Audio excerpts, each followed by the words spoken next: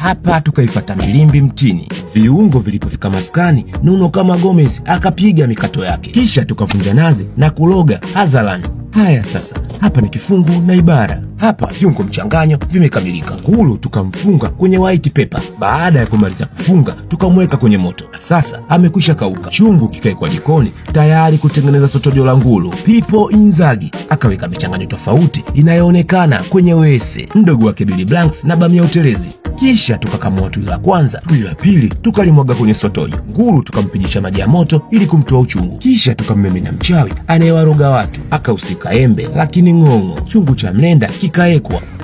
Jumbu la matenyuma tukaeka kwenye mafiga. Chachando ya Mswahili tukaiweka jikoni. Kisha kifungu na ibara akaanzisha timbwili kwenye chungu cha dongo. Hapo tunaika machokodo kuona vitu vilivyokamilika.